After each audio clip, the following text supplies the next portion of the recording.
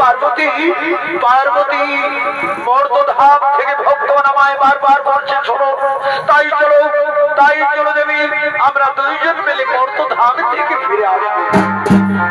স্বামী, কিন্তু স্বামী, আমরা যদি কৈলাসে না থাকি তাহলে কৈলাস হয়ে উঠবে শূন্য। না পার্বতী না, তার জন্য তুমি চিন্তা করো না পার্বতী। আমি সমস্ত দেবগণকে আমন্ত্রণ করেছি।